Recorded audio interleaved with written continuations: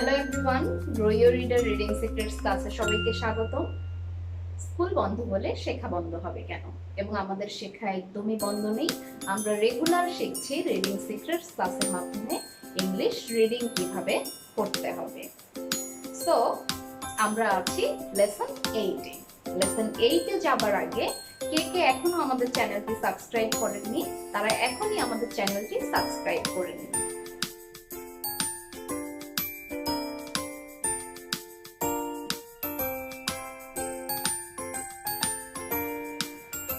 আমরা আছি chapter 1 introduction of naming and phonic সাউন্ডে, এবং আজকে আমাদের introduction of naming and phonic সাউন্ডের সর্বশেষ ক্লাস। এরপর আমরা চলে যাব চ্যাপ্টার 2-তে, সেখানে আমরা শিখব বাওয়েল, শর্ট বাওয়েল, কনসোনেন্ট ইত্যাদি। তো আমরা শিখছিলাম ফনিক সাউন্ড শেখানোর জন্য সন্তানকে যে পদ্ধতিগুলো দিয়ে আপনি অনুশীলন করাবেন সেই পদ্ধতি। আমরা ইতিমধ্যে 5টি পদ্ধতি শিখেছি। আজকে আমি দেখাবো চূড়ান্ত পদ্ধতি, যে পদ্ধতিতে আপনি যদি আপনার সন্তানকে প্রতিদিন 15 মিনিট প্র্যাকটিস করান, তাহলে আপনার সন্তান আশা করি রিডিং পড়া খুব তাড়াতাড়ি শিখে যাবে। আমরা এতদিন প্র্যাকটিস করেছি কিভাবে সাউন্ড করার পর সে লেটারটি বলতে পারে বা লিখতে পারে। আজকে আমরা আসলে তাকে শুধু ছবি দেখাবো এবং ওয়ার্ডটি তার সামনে দিয়ে দিব, এরপর তার নিজেকে রিডিং করতে হবে। তাহলে সেটা কিরকম হবে?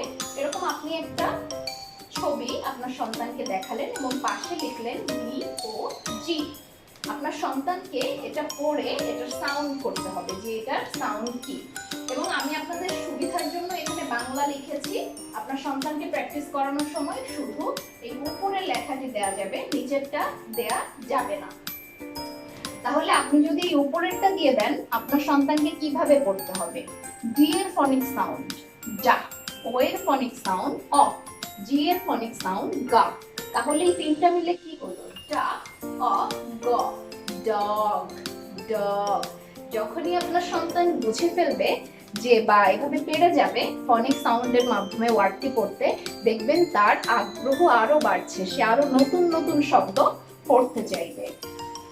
এরপর আপনি দেখালেন এই ছবিটি এবং লিখে দিলেন PEN। এই বাংলা লেখাটি কিন্তু দেয়া যাবে না, আমি বারবার বলছি। তাহলে সে কিভাবে পড়বে? পা, এ, পি এর ফনিক সাউন্ড পা, ই এর ফনিক সাউন্ড এ, এন এর ফনিক সাউন্ড ইন। তাহলে এই তিনটা মিলে কি হলো?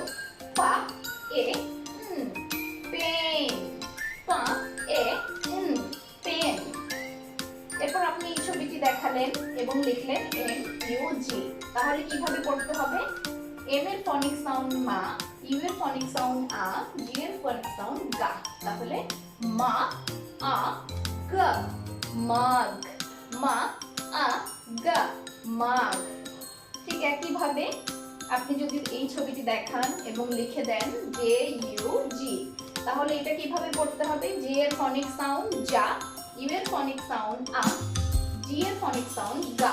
তাহলে যা, আ, গা, জাগ, যা, আ, গা, জাগ।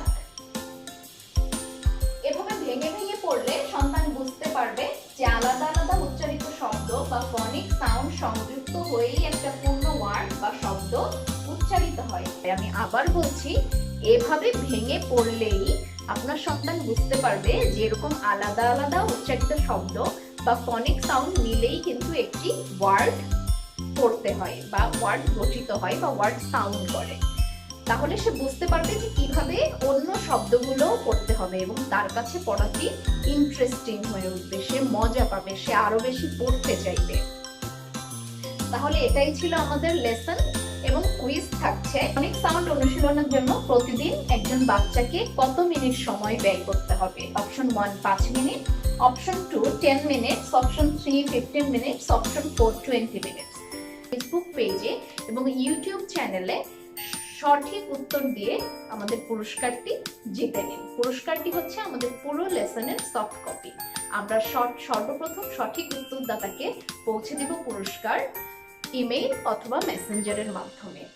তাহলে আগামী পর্বে দেখা হবে চ্যাপ্টার 2 এর সাথে। তখন আমরা শিখব short vowel, consonant, word families ইত্যাদি। আমাদের ফেসবুক পেজটি লাইক করবেন এবং শেয়ার করবেন বেশি বেশি, যাতে অন্য অভিভাবকরাও এরকম ইন্টারেস্টিং ওয়েতে তার সন্তানকে ইংলিশ রিডিং শেখাতে পারে। এবং অবশ্যই আমাদের ইউটিউব চ্যানেলটি সাবস্ক্রাইব করতে ভুলবেন না। আপনাদের এক একজনের সাবস্ক্রিপশনে আমরা পৌঁছে যেতে পারি বাংলাদেশের সমস্ত ঘরে সমস্ত সন্তানের কাছে। আগামী পর্বে দেখা হবে, ততদিন পর্যন্ত বিদায়।